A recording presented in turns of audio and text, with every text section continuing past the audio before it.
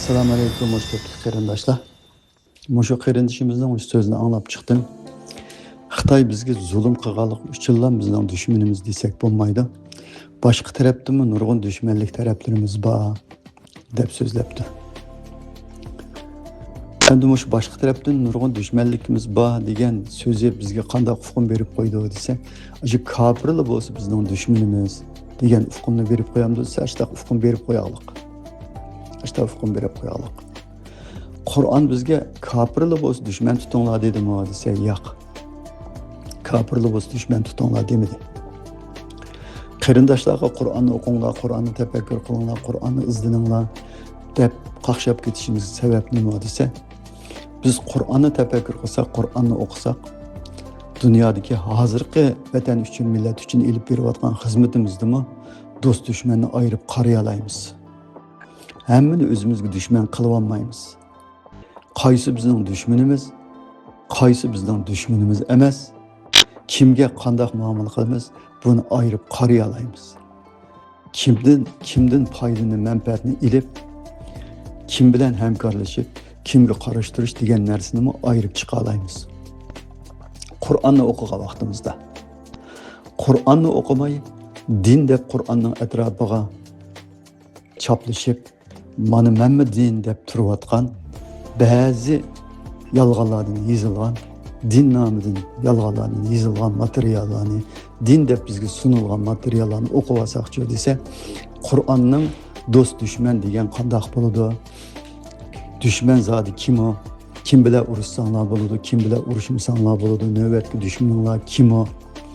Bu ayirib bergan taraflarni farqlantirmay, mana shunga o'xshash xato hukm berib qo'ydigan gaplarni so'zlab qolamiz qarindoshlar. Ben sura Baqarning 190-oyatini, sura Mumtahinaning 8-oyatini, sura Yunusning 99-oyatini yo'llab qo'ydim. Sura Baqarda tajovuz qilinglar, tajovuz qilmanglar deydi. Sura Mumtahinaning 8-oyatida sizlarga tajovuz qilmagan, sizlarga zulm qilmagan kofirlarga yaxshilik qilishinglardan va ularga adil bo'lishinglardan Allah sizlarni to'simaydi dedi.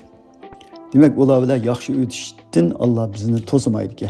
Bizga tajovuz qilmasa, bizga zulm qilmasa, hatto tajovuz qiluvchilarga hamkorlashmasa, bizni tinch qo'ysa desa, uni dushman tutib bilishdan Allah bizni to'sidi ki. Dushman tutib olsak bo'lmaydi ki.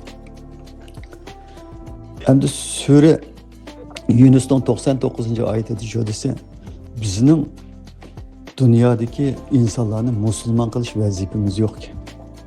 Vazifamiz yo'q ki. Allah xolis edi, ey Muhammad alayhissalom, ularni hammasini musulmon qilib o'tdi. Sen ularga yetkazib qo'y deb qo'ysang bo'ldi.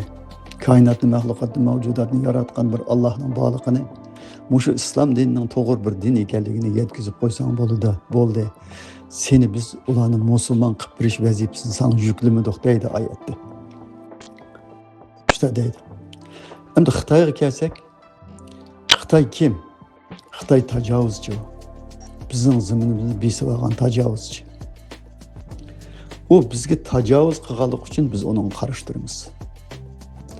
Agar tajovuz qilmay, biz mustaqil, u mustaqil yashashchi desa, uning bilan normal diplomatik munosabatni o'rnatib, biz uningga tajovuz qilmay, uni biz o'zimizga tajovuz qilg'izmay yashaymiz.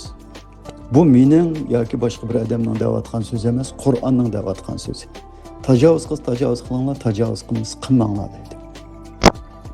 Tajovuz qilsa, tajovuz qilib sizlarni besib olgan yeringlardan chiqarib etganga qadar, ularning besib olgan yerdan chiqarib etgan qadar, azminingni qaytirgan qadar ular bilan kurash qilinglar. Ya'ni shu tajovuzdan boshqasiga chiqilmanglar deydi. Az sura Mumtahinada desa, dunyodagi kofirning hammasi sizlarning dushmaninglar emas. Sizlarga dushmanlik qilmaganlar bilan tinch o'tsanglar bo'ladi deydi. Yunus'un 99-oyatida desa, sizlarni hamma odamni musulmon qilib beringlar demidik. Musulmon qilib beringlar demidik. Allah'ın bar birligiga o'zinglar amal qilinglar. Boshqalarga shuni yetkazish to'g'ri kelsa yetkazinglar deydi. Qur'onning boshqa oyatlarida chu desa, e'tiqod sababli o'zaro jidal majra qilishga, bir-birini o'ltirishga bo'lmaydi. Dinni zo'rlashga bo'lmaydi. Sening dining o'zingga, mening dinim o'zimga deb tinch bir jamiyat barpo qilishni Qur'on o'ttirib qo'ydi. Tinch bir jamiyat barpo qilishni o'ttirib qo'ydi. Tinch jamiyatni buzg'unchilik qilsa, tinch jamiyatga buzg'unchilik qilsa, mayli musulmon bo'lsin, mayli g'ayri musulmon bo'lsin, hammasiga qarshi tursiz. Chunki siz Allah bizga shu tinch bir jamiyat barpo qilishni buyurgan. Tinch jamiyatni barpo qilib bo'lgandan keyin chu desa, boshqalar buzg'unchilik qilsa, chu desa, o'zingizning ishingizdan chiqib buzg'unchilik qilsa, uning bilan kurash qilsiz, sirtdan tajovuz qilib kirsa, uning bilan kurash qilsiz. Endi Xitoyga kelsak, Xitoy tajovuzchi. Tajovuzchi. Yuqorida deganimdek o tajovuz qilmagan bo'lsa, chu desa, bizning dushmanimiz bo'lib qolamiz desa, yo'q, o dushmanimiz emas bizning. Bizning zaminimizni tatib olganlik 3 yilda dushmanimiz bor. Tatib olganlik uchun, tajovuz qilib shu zaminga besib kirganlik uchun, shu zaminga besib kirib bizga zulm qilayotganlik uchun bizning dushmanimiz.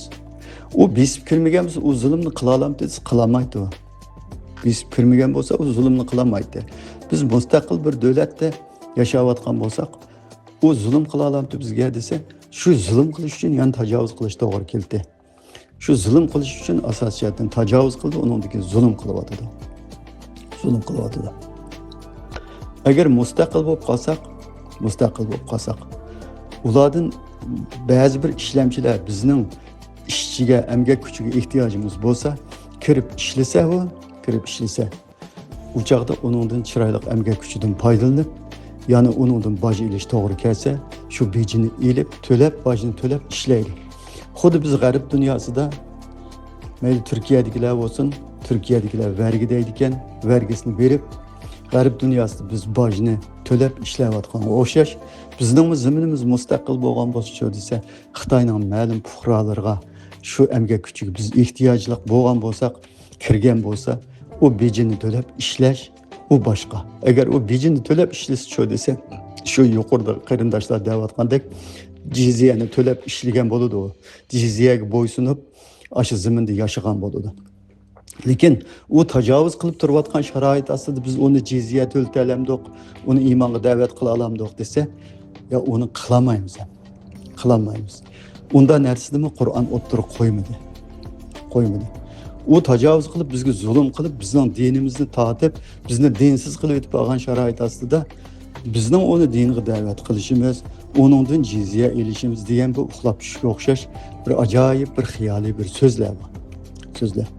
Shuning uchun qarindoshlar, oyatlarni yetkazgan vaqtda o'zimizning din deb o'qib olgan narsamiz bilan emas, Qur'onni rasmiy tafakkur qilib, Qur'onni o'qib, Qur'onning din mana bu deb o'tirib qo'yib turayotgan narsalar bilan yetkazgan vaqtimizda shu desa, biz dunyoda haqiqiy siyosatni to'g'ri ilib bora olamiz.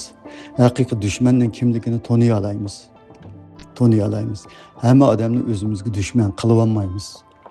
Cho'ng kuchlarmi desa, ma'vo faqatla tajovuzchiga qarshi ekan, bizga qarshi emas ekan deydi. Ularning unda deyish uchun o'tirib qo'yayotgan bir so'z emas. Bu bizning Qur'onimiz shunda o'tirib qo'yib berganlik uchun shunday adil bir narsani biz o'tirib qo'yamiz. Qur'onimiz shunday adil bir inson bo'langlar da'vat qilish uchun shu adillik bizning og'zimizdan chiqish kerak. Bu adillikni Qur'on o'tirib qo'ygan chaqda desa, boshqalar anglasin desa, shunda hozirgi real dunyoga uyg'un, haq, to'g'ri bir so'zlar bu. To'g'ri so'zlar. Xitoydan boshqa bizning dushmanimiz yo'q.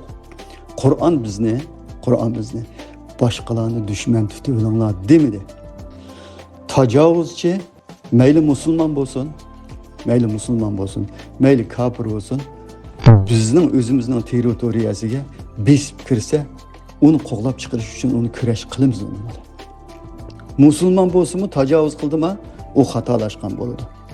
Kafir bo'lsa-mu tajovuz qildimi, u xatolashgan bo'ladi. Biz shu desa, tajovuz qilg'izmaslik va tajovuzchini qo'g'lab chiqarish vazifasini Alloh bizga yuklagan mushu vazifani cho'qim ijro qilishimiz kerak. Xitoy bizning dunyoda birdan bir dushmanimiz Xitoy, boshqa bizning dushmanimiz yo'q. Başkalarını düşman tutabiliş hakkımız mı yok? Allah hakkınla yok, düşman tutabiliş hakkınla yok. Dünyanı Müslüman kılaman dep jugurap yürüyüş hakkınla mı yok? Hakkınla mı yok? Tacavuz kılsa tacavuzunu qoğlap çıkarыңlar, hem tacavuz kılgızmаңlar. Sizlerning düşmanыңlar Xitoy dep çıraylık oturup koyup bir bassa, dünyani özümüzge düşman kılıp aldığan, Xitoyni Müslüman kılımı deydigan, İma İsa'la onu keçirip ötümüz deydigan, mana o'xshash so'zlarni o'ylab qilganimiz yaxshi, eng yaxshisi.